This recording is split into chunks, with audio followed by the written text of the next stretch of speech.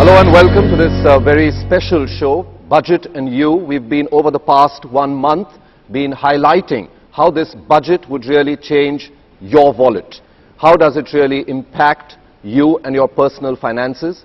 Today, in this final part, we bring together a very eminent panel, and more importantly, we are also joined by several students who have come here, several other young people who are here to ask their questions, because after all, any budget is only about how much and how little it affects us, our pocket, our wallet. That's really the question that Indian citizens would like to know and get an answer to. Of course, we will know that only on 16th of March, but let's try and understand what are the concerns, what are the issues, and possibly what are the likelihoods of this year's budget. Joining me today, Nilesh Shah, one of India's finest financial brains. Thanks very much, Nilesh, for coming by to take questions from our audience as well. Parizad Siwala, who's from KPMG. She's a tax expert and she will bring in her perspective on how do you do your tax planning. And Jayant Pai, who's a well-known certified financial planner as well. Okay, let me just set the context here, Nilesh. You know, budget pretty much becomes our way of deciding how we invest, and howsoever flawed that logic may be at one level, the fact of the matter is that we do our financial planning purely keeping tax planning in mind, rather than it being the other way around. How valid is this kind of a reasoning in people? What would you tell people to do when it comes to managing your money? I mean, managing money is all about securing yourself. Last 10 years have been fantastic for wealth creation for Indians. The gold prices multiplied from $200 to $1,700. Land prices multiplied between 5 times to 500 times depending upon where you bought the land. Equities have multiplied about 5 times in last 10 years.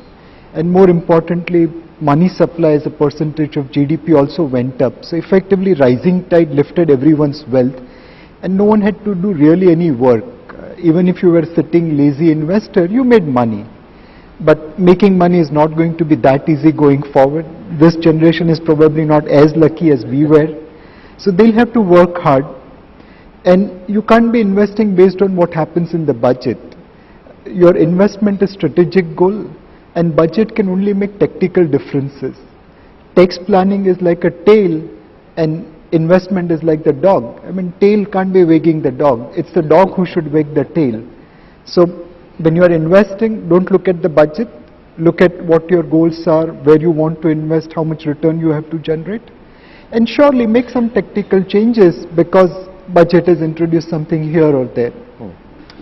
Jayant, Parizad, I'll just come to you, but Jayant, when you make a financial plan for any of your clients, do you tell them that, look, we'll deal with the tax benefit subsequently. First, let's get your goal in place. Let's first figure out what you really need to be investing in, because pretty much there is a plethora of instruments out there with that tax benefit within that 1 lakh limit, and of course we'll get Parizad's view on the changes that are likely. But would that be a philosophy you would adopt?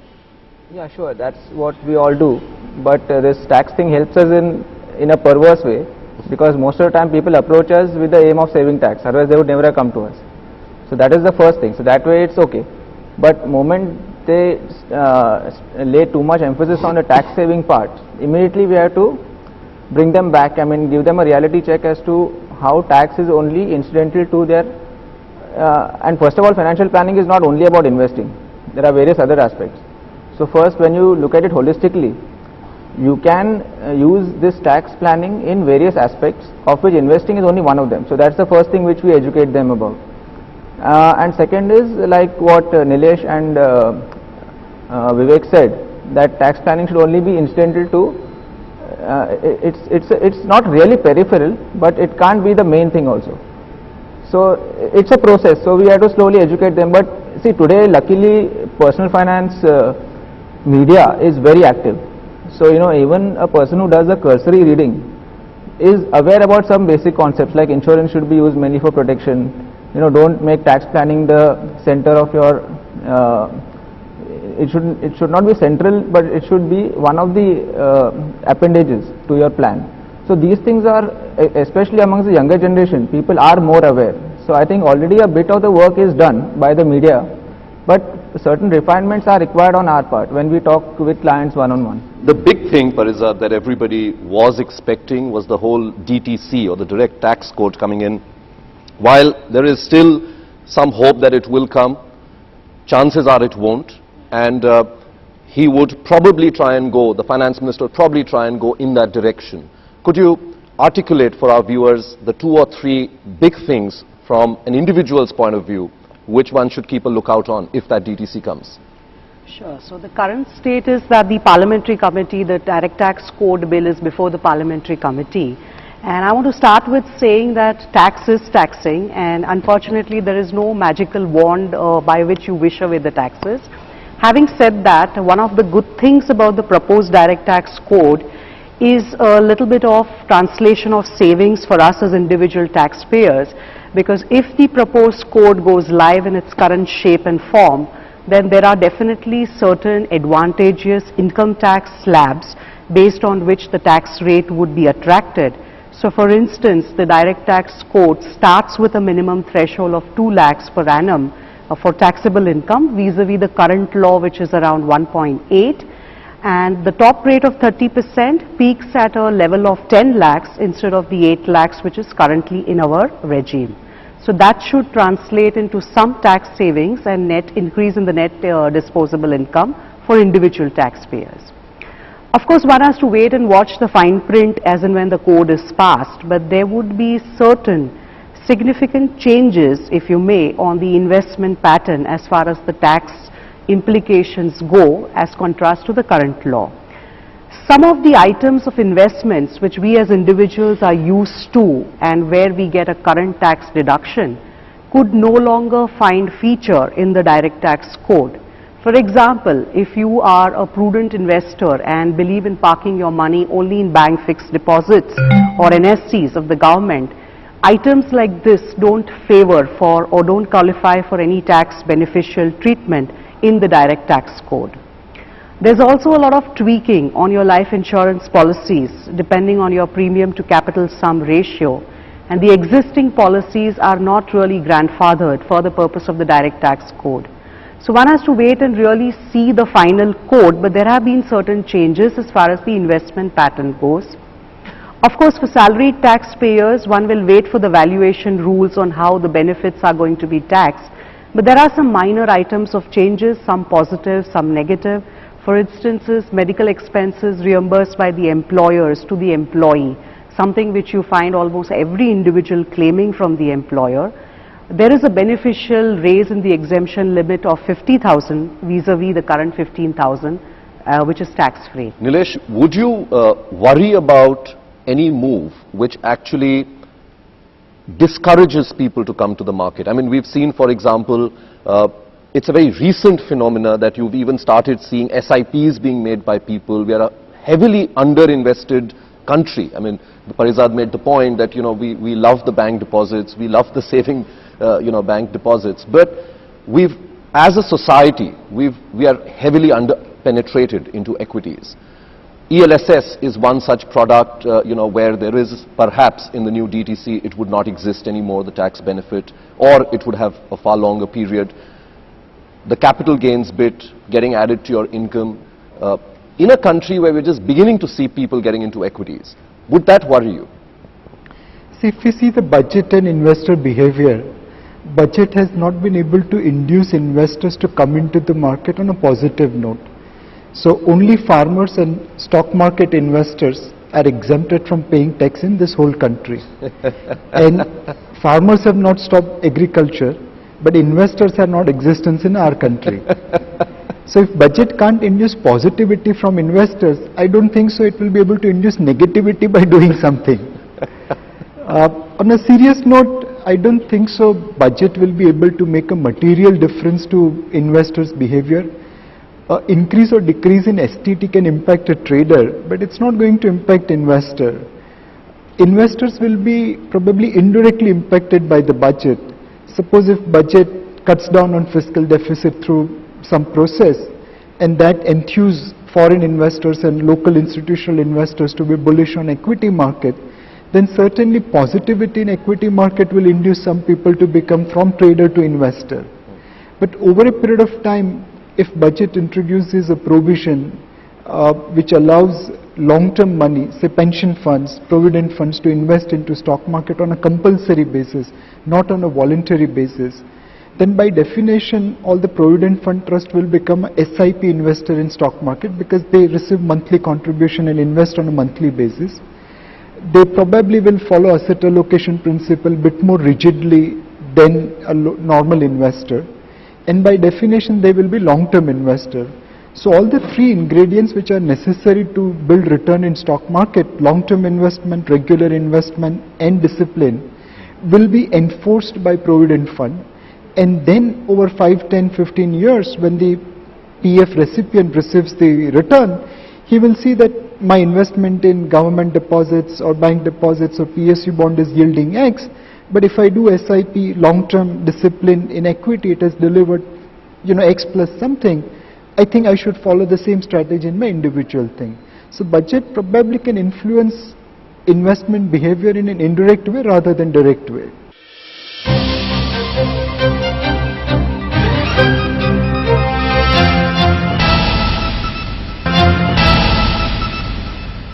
Jayant, one of the problems that happens is that when we are so focused in only investing to save tax. For example, let me give you an example. We saw a 10,000 rupee benefit which came a few years ago for pension schemes, right? We saw almost over 1 crore such policies being sold to people. The benefit lasted for and honestly speaking, and you'll probably be surprised, because if you bought that 10,000, your pension 25 years later was going to be 3,000 rupees. Now 25 years later, what would that 3,000 mean to you per month was ridiculous. And we know that the average ticket size that people went and bought pension plans was about 9,000, which means everybody was buying it only to save that 10,000 tax.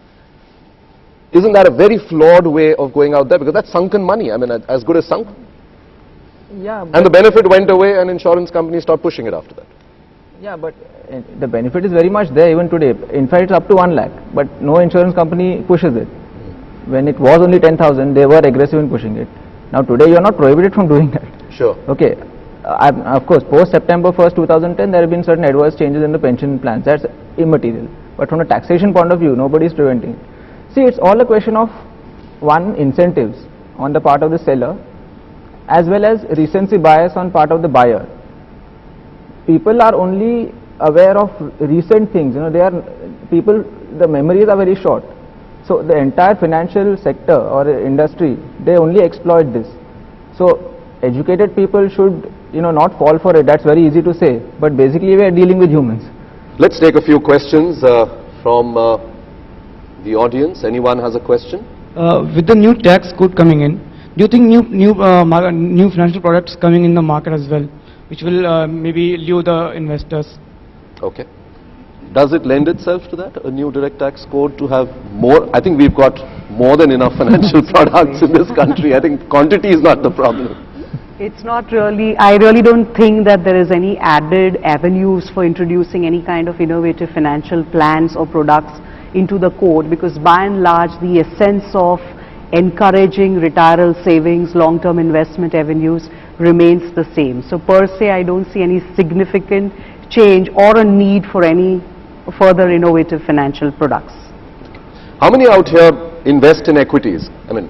Whether through mutual fund or directly? Oh, quite a few. Okay. And are most of you, day trading?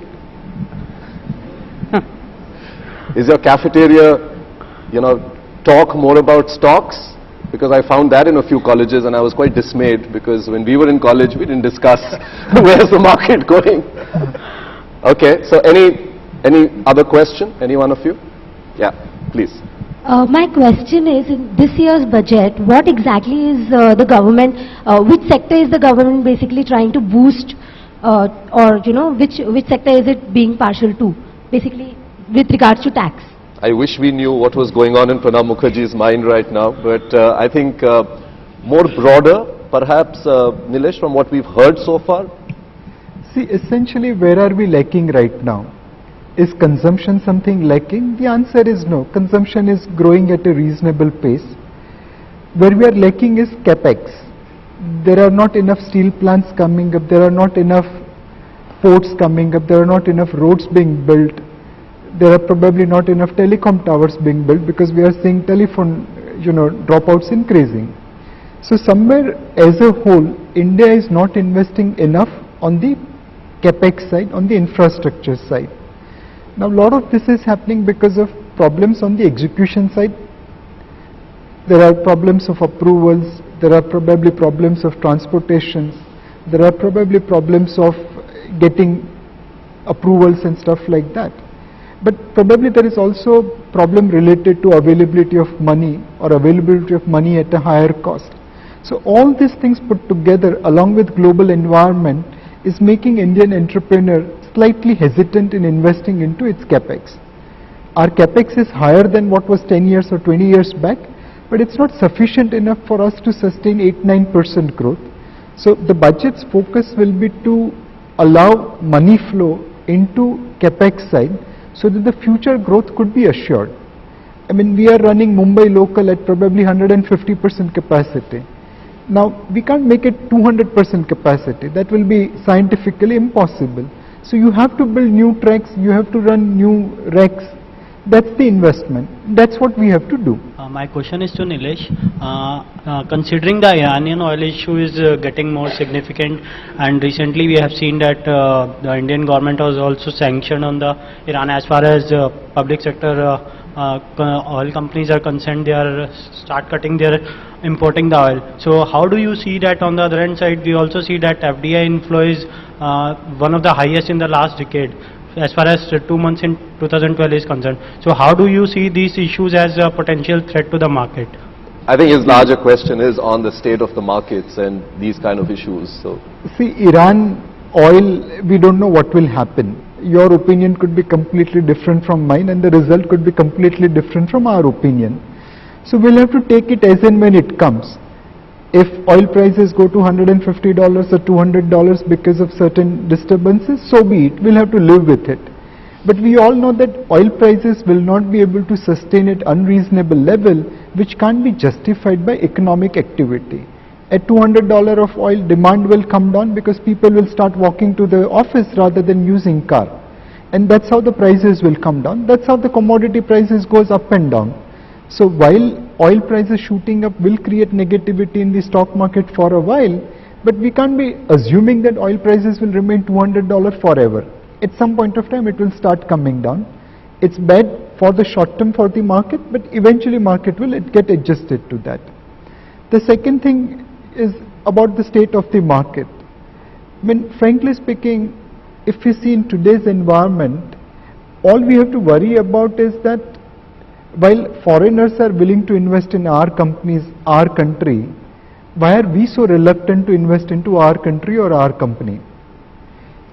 Indians as a whole, if we remove promoters out, just the retail investors are owning less of India than the foreigners as a whole. If our entrepreneurs deliver great results, the celebrations will be in London and Tokyo and Singapore than in Mumbai and Ahmedabad and Jaipur. This can't be allowed. Equities over a period of time delivers great return. We should retain the economic ownership of India in India rather than letting it go out. Will there be disturbances? Will there be negative return in the market? Yes, it will be there. But if a market which has gone up say 180 times in last 32 years, or which has gone up by more than 32 odd times in last 20 years, I mean, why are we not investing into that market? The short-term volatility is crowding our vision, but we need to keep that aside, follow three simple principles: regular investment, long-term investment, and discipline of asset allocation. Buy what is cheap, sell what is expensive in a disciplined manner. These three things put together, you will earn fabulous return by investing in equity. but is the DTC, or is there a thinking in the government at all to incentivize education loans a bit more? I mean, we've got a fair amount of incentivizing, say, for buying a home, but a very important part of this country is to boost education. Right. to my mind, I don't think enough has been done so far in terms of a tax incentive. Again, Right. with the premise that it shouldn't really be driven by tax, but maybe that's an area Right. where a push could have really made bigger difference in terms of the country. Sure, very true. In fact, there has been a lot of lobbying and in terms of pre-budget expectations also on this point. And you're very right when you say that there is really nothing specific or nothing categoric where you can see that the government is actually encouraging or thrusting or giving a tax boost to the education sector. And in fact, even currently, you have very limited avenues wherein you can say that you can expend money on education and save taxes as well. The two don't definitely go hand in hand. So as an example, currently, you have a very small item of tuition fees which is paid up to 2 school children. And that again is a part of the overall bundle limit of 1 lakh. And you have 100 other items which are already featuring in that 1 lakh limit. There is also a separate section in our tax law which allows the interest if a person has taken an education loan for higher studies, then only the interest element is allowed as a deduction. But unfortunately, the principal payment on the loan is also not given a tax incentive. And there is absolutely no change in a sense as far as the direct tax code also goes. So the expectations are that, there is a separate limit carved out for these education expenses, considering the state of the, education in our economy. But unfortunately, till date, if you see the past trends as well, it's not really found its due trust.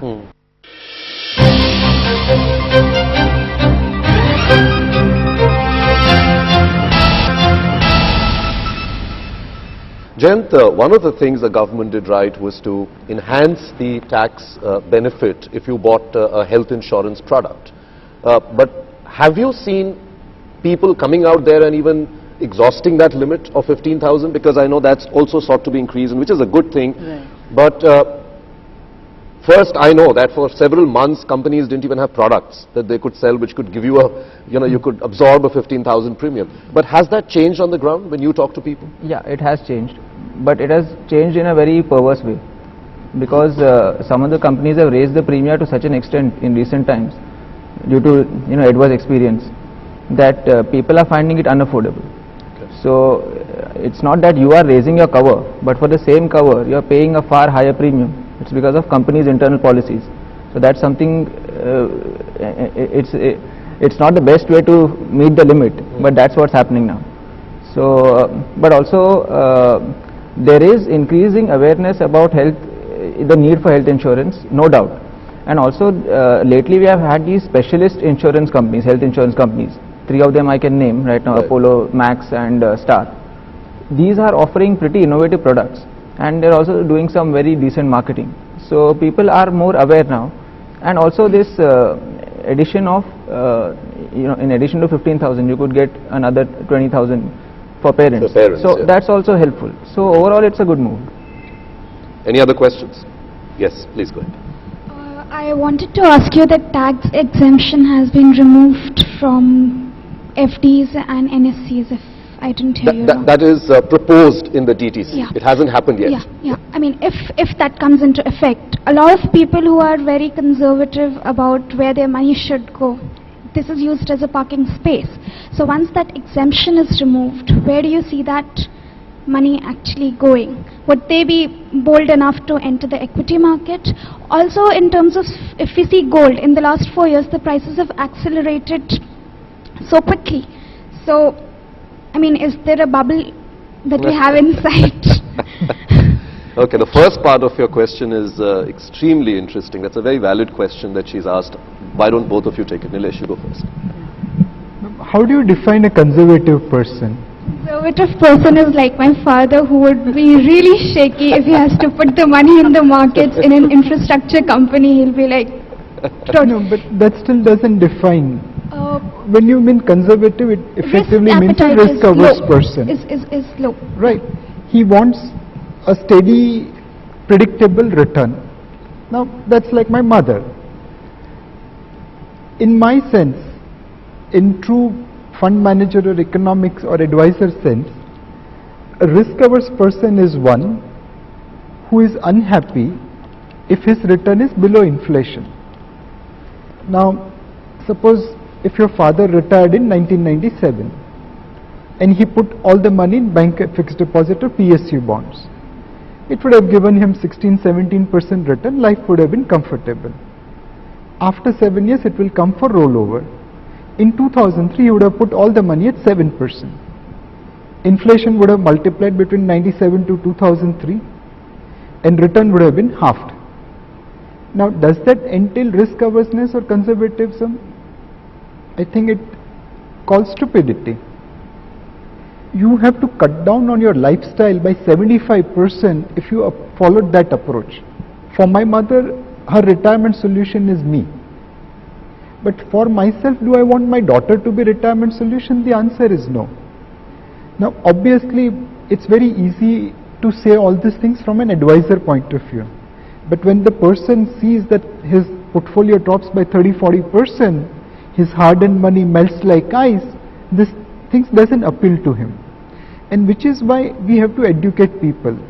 A bank fixed deposit, a PSU bond, a corporate debenture, while it gives predictable return, it may be actually withering away your actual wealth because inflation is running faster than that. Equities are very volatile, but over a period of time, if you follow this regular investment, discipline and long term, it can outperform inflation.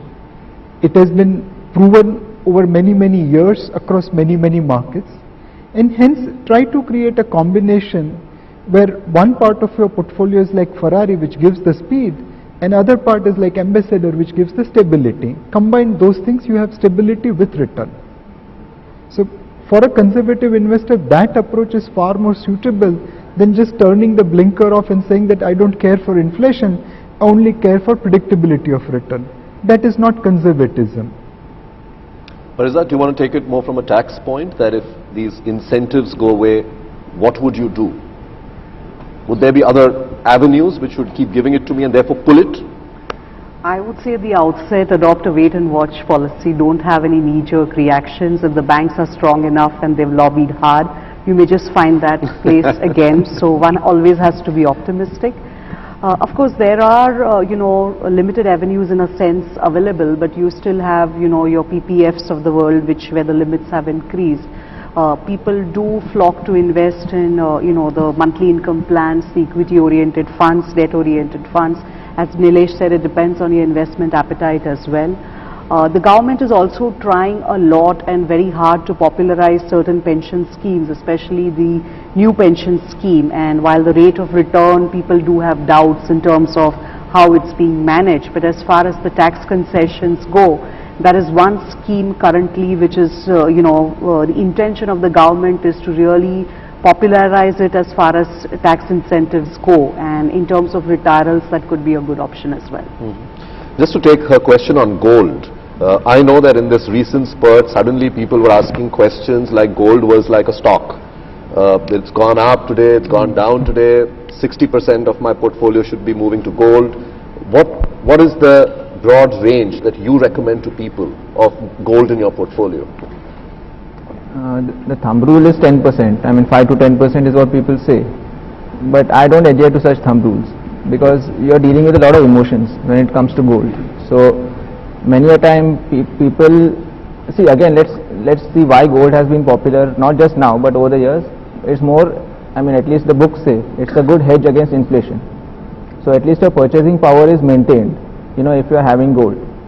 But lately, since gold has become a financial product, that tether between inflation and the price, it has been broken. It is traded purely as a speculative product, where ETFs and futures are occupying pride of place in people's minds, at least, if not so much in their portfolios.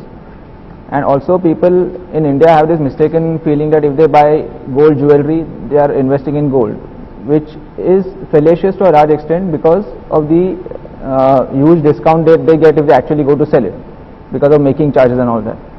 Now ETFs are at least a good way of actually investing in gold, but people should understand that now gold is a financial product, so with that basic understanding, if they do it, then all the associated features of a financial product come into that.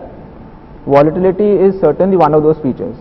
So if you see the price range of gold over the last 5 years, like of course if we say equities, with time volatility decreases, the same thing is there with gold for the past few years. But if you look at the year-on-year range, the range is so high that if you don't label it, people may mistake this for equities actually, because the kind of range is so high. So you should be very careful, not to treat gold as a traditional gold, but to understand that it's a financial product, and so then treat it accordingly. So sometimes 10% may be okay for you, but I would say 0% for some others. So because it's not the traditional thing. Right. Nilesh, in fact, can I yeah, add please, on gold? Yeah. I mean, I'm seeing all the girls over here and none of them are wearing gold ornaments. The future of gold is actually in your hand. If you are going to wear gold, buy gold. If you are not going to wear gold, let us know, we will sell gold.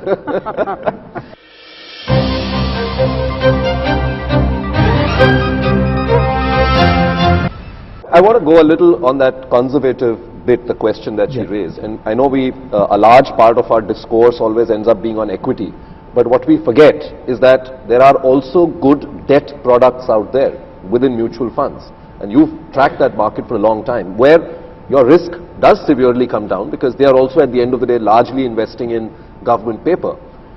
And at the same time, they deliver better returns than a savings bank account would or a fixed deposit would, depending on the product you choose. But yet, we will continue to keep it there in a bank, isn't it? See, essentially, many a times investors either become aggressive in terms of risk taking, or he becomes absolutely risk averse. There's nothing called in between.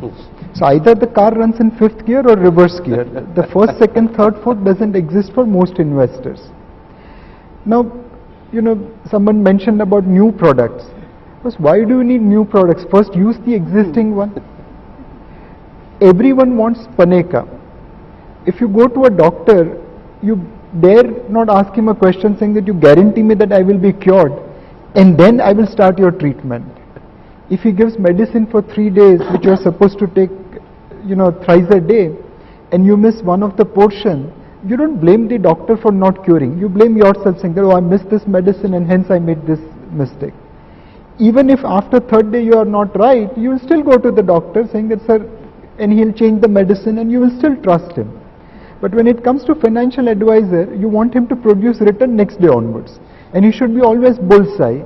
If he says that I will create this thing over a long-term period of time, I mean, he's not expert. So, a lot of time what happens is that investors' expectations from the market, from the investment, from the advisor are very, very unrealistic. And if someone promises them an illusion that you invest in this and it will double every day or double every month or so on and so forth, people many a times fall into that trap. And when they get injured, they go back to that reverse gear. If we see a study done by IDFC Mutual Fund, bulk of the equity mutual fund flows have come during what could be considered expensive zones in the market, where you should be natural seller rather than buyer. And probably bulk of the redemptions would have happened when you should be actually buying rather than selling. So it's a complex thing. I think over a period of time, professional financial advisor will be accepted in the society like a doctor or a chartered accountant or a lawyer. People will believe that he is also a human being and he will bring discipline to my portfolio and probably a little bit of scientific research. And I should not expect every ball being hit for a 4 and 6, but even if sometimes he plays a dot ball, it's okay. So it's something which is transiting. There are many good customers emerging on financial investment side, financial advisory side, and they are benefiting from that. And there are many people who are learning that thing at a much higher cost. There are so many people who were fixed income investor forever, and today they are paying price in the form of compromising on lifestyle, because fixed income investment does not necessarily catch up with inflation. Does the DTC, proposed DTC, Parizad, do away with the incentive for debt mutual funds as well? Except for the fact largely the same, because dividends do continue to remain tax-free, but there is a difference. For instance, if you have a fixed maturity plan, it could actually be beneficial when you sell it if you take advantage of the correct indexation, Because if it spills over 2 tax years, if by preponing your purchase or postponing your sale, it could be tax advantageous in terms of capital gains because of the indexation benefit being available over 2 years. But So it's more tax friendly than putting your money in a savings account or a fixed deposit? yeah, because fixed deposits don't find favor at all as far as tax concessions go in the proposed DTC. In the proposed DTC, right. Okay, any other questions? Yes, go ahead. Good evening. I'm a student from Wellington Institute. My question to the panel is that we always look at the budget in a give and take policy. The budget gives and we take. We look at it in another angle, that is using, we spoke about investment options, we spoke about equities, we spoke about using bank deposits. Again, going towards gold again, there is public gold as well as the gold owned by government. So don't you think the public gold that is existing as of now can be used as a refinancing option for the government for raising capital rather than going for foreign funds? Do you want to take that? Yeah, I mean it's a very, very noble idea, and I definitely remember reading in books that when Mahatma Gandhi launched independence movement and needed money, in his sabha people used to donate their gold ornaments. Now can we create that kind of momentum in this country? Surely government will be more than happy to take gold from you and use it for building infrastructure rather than borrowing money from overseas. But how many of us are willing to do that? As a nation, if I see my tax to GDP ratio, it's nothing to be proud of. It's in fact a matter of shame. How many people pay their taxes correctly? Let's first pay the taxes correctly, then we can think of donating our gold to the government. Second thing, the government also need not depend upon benevolence from the citizens. It should believe in a fair and just mechanism where people pay tax justly and then government spends that money appropriately for creating a better society. This benevolence, while it's very ideal in the literary sense, it doesn't work in market sense. There will be few people who will be happy to donate their gold for the benefit of country, but they'll be by and large in minority. The second thing which we have to remember about gold is that it gives enormous strength to the Indian economy. For years we have been importing gold and holding gold, and we are the largest owner of gold in the world. Now as gold has moved from being hedged against inflation to a financial product, it has multiplied in value, and in the process it has made Indians enormously wealthy. The official estimate of gold is ranging between 18,000 ton to 25,000 ton, and that can be valued between a $900 billion to about $1.3 trillion. But we all know how wrong that official estimate could be. When I studied in school, I was told that in Kolar gold mines we extract gold, so it was part of my geography. I'm sure in it is now history book that in Kolar gold mines we were extracting gold. So the unofficial estimate of gold could be multiple of what is official estimate. In some sense, China has $3 trillion worth of paper currency. Indians have $3 trillion worth of probably gold. Now I could be wrong, maybe it's just what is official estimate is, but that's the strength. Now how do we convert that gold into usage for India as a country is $1 million question. What you have stated that we should contribute our gold for the benefit of government, I mean there will be limited acceptance of that in commercial sense. But can we not create a win-win situation where your ownership of gold is with you, and at the same time I can utilize as a government to fund my borrowing or to fund my infrastructure? I'm sure that is the kind of financial product which is needed, and if we can do that, I mean then we don't need any foreigners' money in our country.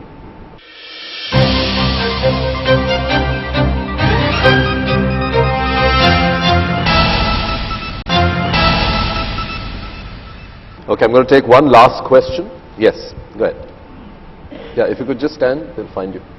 My question is, talking about the post-retirement benefits, like money saved under PPFs and PFs, so initially when the money was withdrawn, it was exempted, there was no tax, but now it would be taxable. So how would that impact, like what would be the overall impact of that? Okay. Parizat, you want to take that?